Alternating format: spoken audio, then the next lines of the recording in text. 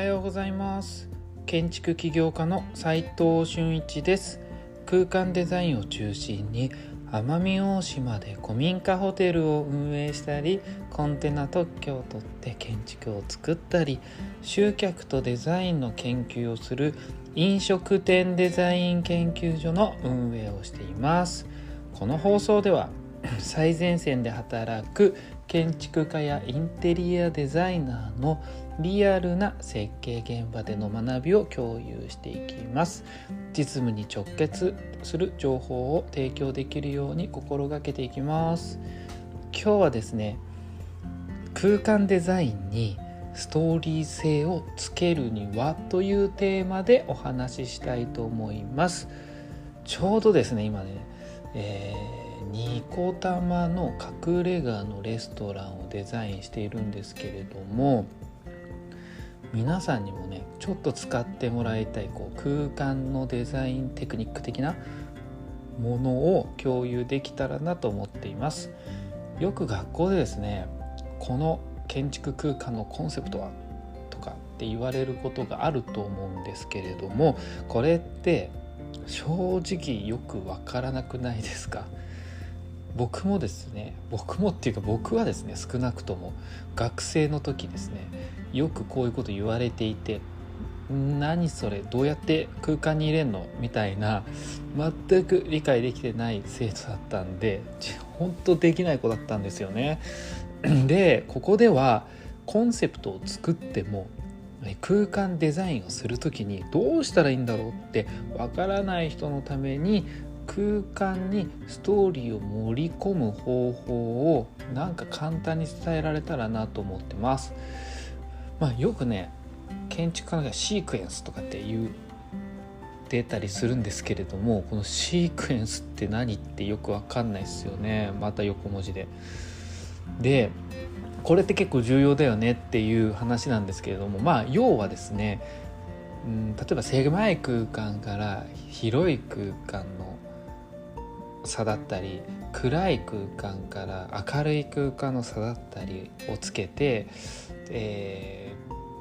人のね心の変化をつけたり、向こうの雰囲気をねちらっと見せて、人の動きとか、共に空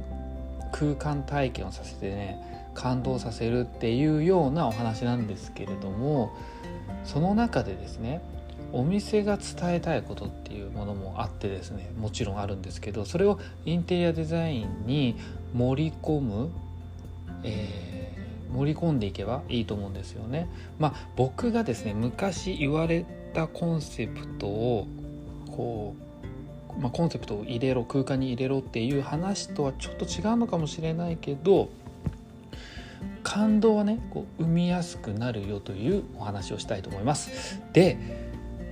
ニコタマの隠れ家レストランっていうのは今どういった状況かっていうか、物件情報、街の情報っていうと、大通りに面しているのに、そこには入り口を作らず、裏側にですね入り口作るんですけれども、その裏にはね緑道があって、そこの緑道からちょっとテラスみたいなところを入ったところが入り口、メインエントランスってことにしているんです。これってですね、結構飲食店にとってはイレギュラーですよね。目指すところを隠そうとしているわけですから。で、オーナーさんからの要望なんですけど、来店されるまでの雰囲気、世界観とかストーリー性とか、ここの住宅地を歩いてですね、緑を歩いてですねみたいな、お店に行くといいよねみたいなストーリー性ですよねを大切にしていることがすごい伝わってくるんですよ。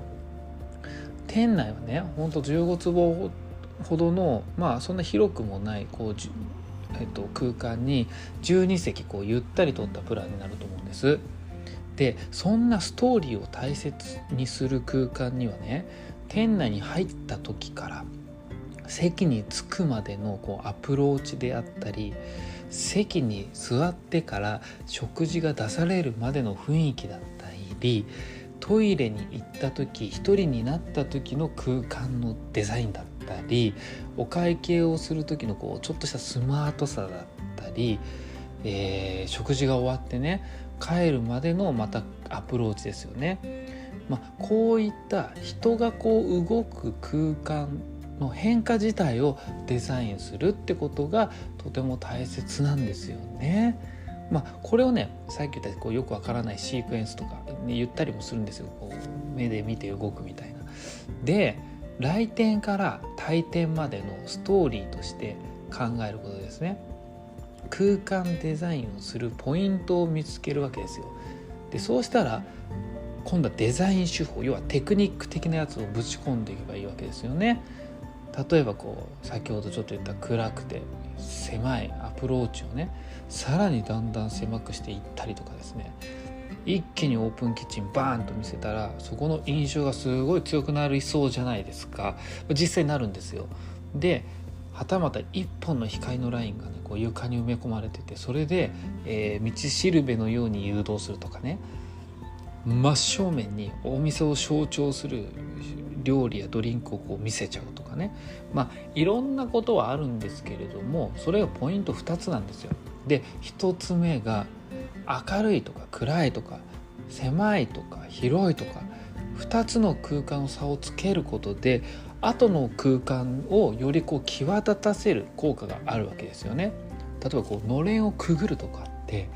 一旦頭が下がって視線が下がるじゃないですか。これって視野を狭くして空間を小さくしていることなんですよね。これがまず1点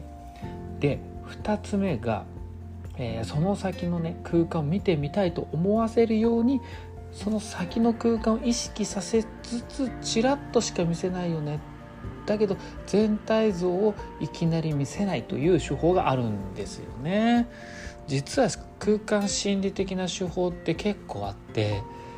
なんか難しい言葉が名前がついてるんですけれども、僕もすぐちょっと名前忘れちゃうんでちょっと今手法しか覚えてないんですけど、調べればなんとか効果とかっていうのが出てくると思うので調べてみてください。あと、そうだ飲食店デザイン研究所のブログにもなんか書いた記憶があります。気になる方はちょっと見てください。リンクでも貼っておきますかね。ってな感じで、今日は空間デザインにストーリー性をつけるにはというテーマでお話ししたんですけれども、まずは空間にストーリー性を作るには人の行動の流れを把握してですね、デザインのポイントを見つけることで、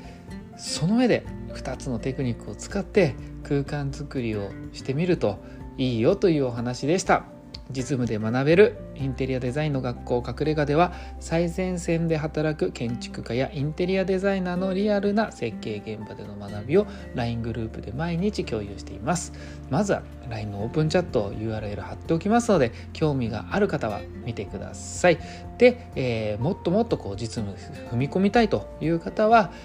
面談したいとか何か書き込んでください。面談して同じ方向性であれば、実務の LINE グループにご招待いたします。それでは今日しかない大切な時間を全力で楽しみましょう。建築起業家の斉藤俊一でした。ではまた。